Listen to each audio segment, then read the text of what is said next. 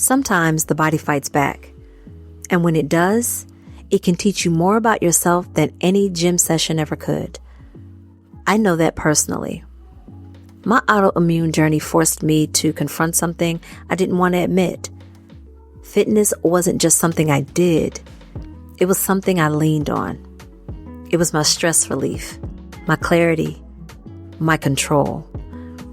And when flare-ups hit, the control disappeared. Welcome back to the Melanin Wellness Podcast. I'm your host, Cori. Now let me ask you something. Have you ever noticed that after a good workout, you feel different? Not just sweaty, but different. Like your thoughts were tangled up and somebody wrung them out like a washcloth. If you know, you know. Like your nervous system took a deep inhale. Or like your body said, okay, we're safe now. That feeling right there, that's regulation. That's release. That's therapy. But here's the part we don't talk about enough. What happens when your body says, not today?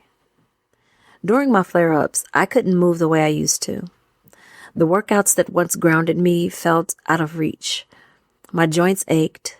My energy tanked. My pride took a hit. And I had to sit with something very uncomfortable. If I can't perform the way I used to, then who am I? That question humbled me because I realized that I had tied pieces of my identity to my physical capabilities, to my strength, to my endurance, to my discipline. So I had to rebuild. Not my body first, but my relationship with my body. Instead of punishing it for slowing down, I started listening. Instead of forcing high intensity sessions, I embraced mobility, deep stretching, breath work. Instead of chasing how many calories did I burn, I chased nervous system peace instead. And let me tell you something, that shift changed everything.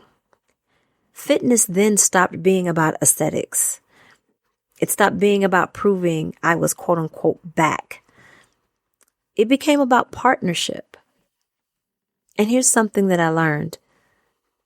My worth isn't tied to the scale, nor to the amount of weight that I can lift, or to the number of miles that I can run.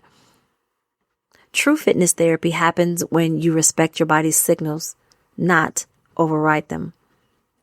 Sometimes growth does look like pushing harder, and sometimes growth looks like resting without guilt. And if you're in a season where your body just feels different, maybe a little slower, heavier, or more sensitive, I need you to hear this. That is not weakness. That's information. That's data.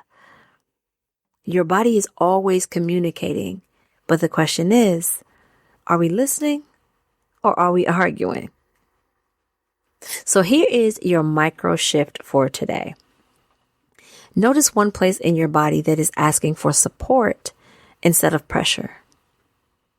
Maybe that means stretch instead of sprint. Walk instead of run. Breathe instead of brace. Self-compassion isn't laziness, it's strategy. Because a fitness as therapy doesn't always start with intensity. It starts with awareness. I hope you took something valuable from today's episode. And thank you for spending this time with me today. If your body has ever taught you something unexpected, I would love to hear about it. Leave me a voice message through the SpeakPipe link in the show notes. And if this episode resonated, subscribe, leave a rating, or support the show through Buy Me a Coffee. Your therapy doesn't begin in the gym. It begins the moment you start listening to the data.